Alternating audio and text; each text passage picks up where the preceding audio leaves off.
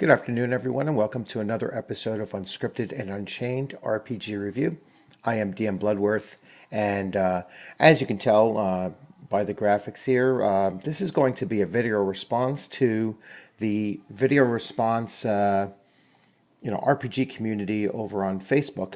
And in particular, this is a response to Donnie Jackson's, her questions on both equipment and the use of backup characters.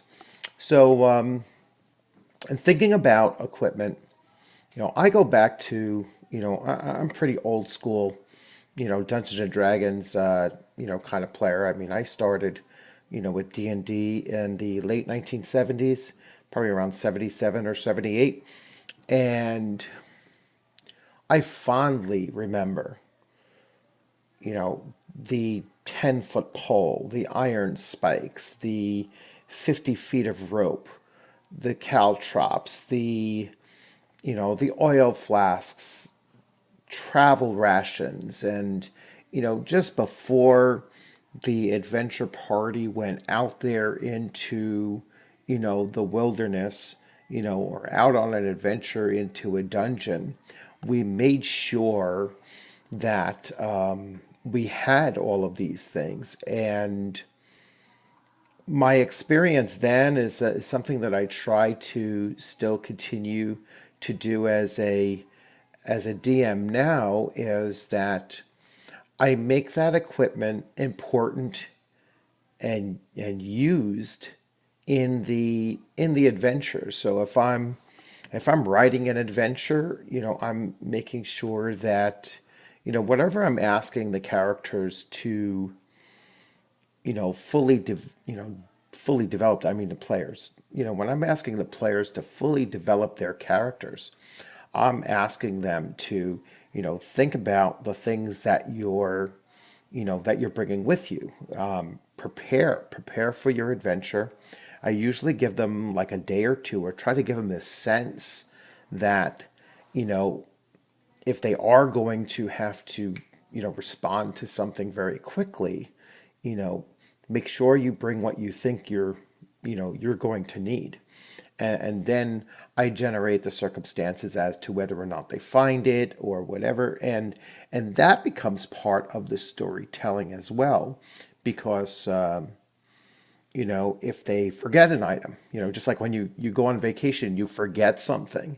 It's like, well, now I have to try to either think of a way around not having this, or think of a suitable substitute in order to get by without this particular object. And it becomes part of the challenge of being an adventure party, is that, well, you have to be prepared, and you have to have these things. And sometimes when you don't, or if something breaks, what's your backup? So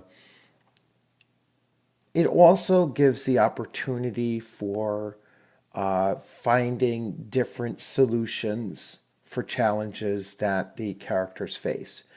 So if you come across a door that you cannot open, well, if you have these various items, whether it be you know a mallet or a hammer, and these spikes, the iron spikes that are, or pitons as they call them, you can knock out potentially knock out the hinges of a door that you weren't able to unlock. Or you can use your 50 feet of rope to and a grappling hook to get up to a vent, whether it be a natural venting tube, or a vent inside a complex, in order to work your way up through that, and circumvent either a block or an obstacle towards your movement, or circumvent a challenge that you really don't want to encounter directly on.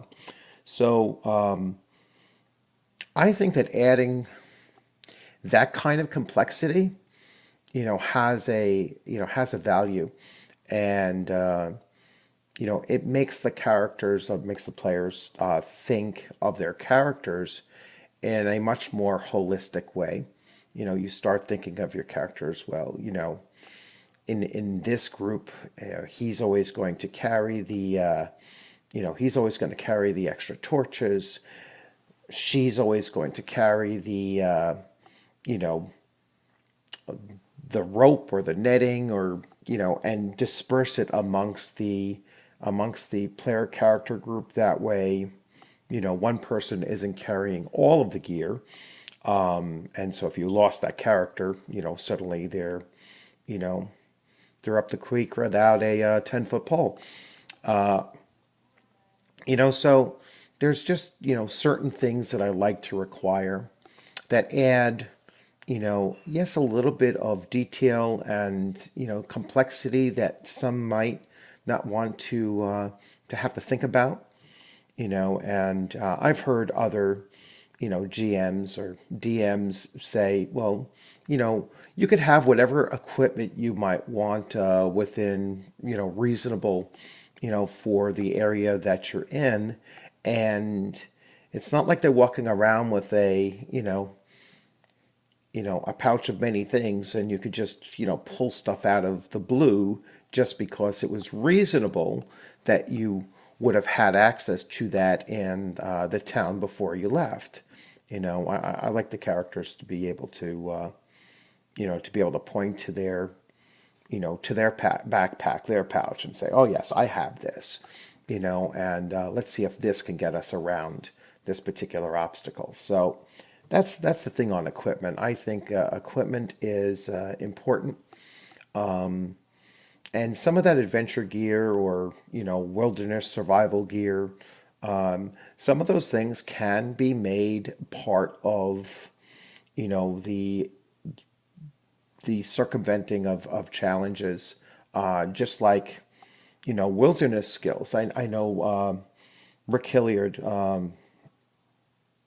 over at A Seat at the Table channel, he had done some videos in the past praising the use of the books like the Wilderness Survival Guide or the Dungeoneer Survival Guide from AD&D First Edition, and how many of those skills and equipment and just various systems you know really fleshed out the gaming experience of our characters.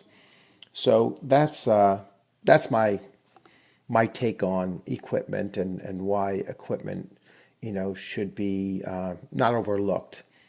Same thing with travel rations. I believe that travel rations, you should encourage your players to equip their characters with a set amount of travel rations that they're you know necessarily need to carry with them. So moving on to the backup characters. So it is nice to have, especially in some systems where you can lose a character, certainly fairly easily, and so having a backup character and having that character story and connection to an existing character in the group is kind of important. And it doesn't always have to be this, the connection doesn't have to be to your player character. The connection could be to another one of the player's player characters, which would be kind of an interesting, thing to have happen.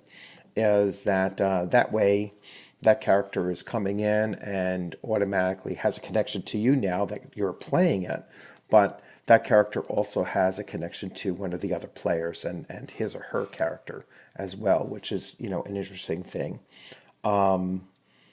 So having backup characters is important, especially in games where, the risk to characters is quite high. And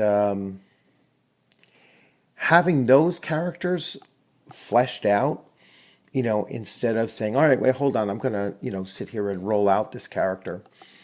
I would have that character fleshed out as much as the character I'm currently playing.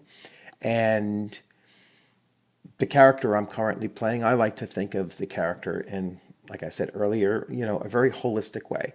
I don't want to just know what my character's class is and level and, what kind of gear he or she is carrying. I want to know what their background was, what was their upbringing like, what was their, were they the son of a blacksmith or the daughter of a blacksmith or daughter of the captain of the guard. Um, would they have some skills that aren't necessarily class skills that they could either have knowledge of or call upon in an adventure? And your backup character needs to have that same kind of fleshing out as well.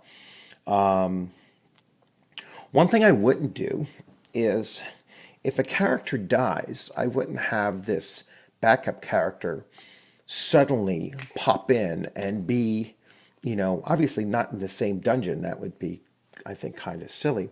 I would think that the party would have to agree to, hey, we want to move forward.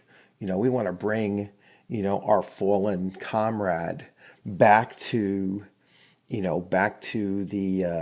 the town where they started from, and properly deal with that. In the meantime, send out word or something that that character has passed to bring the family members in, and maybe that's where the backup character comes in, or the backup character, discovers there was an adventure party that now has an opening, and so they can approach and come in that way. I certainly wouldn't have them just appear in, the same adventure, per se, and just be, hi, I'm here. Let's continue on. I might even, make it where, there would be some type of delay and in that whole process, and there will be consequences for that delay as well. Maybe let's say if they were raiding an orcish stronghold, well, now the orcs knew that they were there, and they might ramp it up now, their defenses now, and when you go back the second time, well, now you're going to face a slightly higher challenge. And that's, an interesting thing to do when new characters come in. Now they're going to, say, hey, now I understand what happened here and why it was such a challenge. You can imagine if you do some adventures where there's a full group wipe, the second party coming in would not know anything about what happened, and for the players to kind of disconnect themselves from the knowledge that they as players have of what happened would be an interesting thing if they all suddenly had to come back in with backup characters. So that's an interesting thing, I think, and a challenge for purposes of role playing.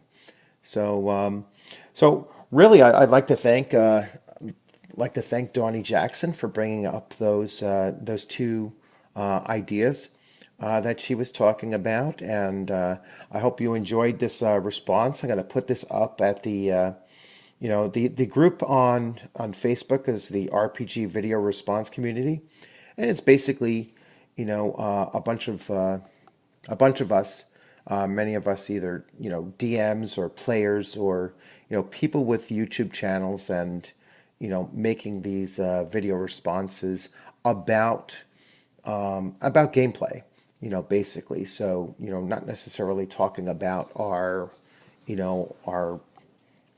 actual gameplay sessions, but we're talking about various systems and rules and practices for role playing. So if you haven't gotten a chance to take a look at that community, I certainly recommend that as well, especially if you're a GM and you're also a content creator on on YouTube or some other kind of streaming provider. So thanks for joining. I hope you enjoyed this video, and I look forward to seeing you on the gaming screen sometime very soon.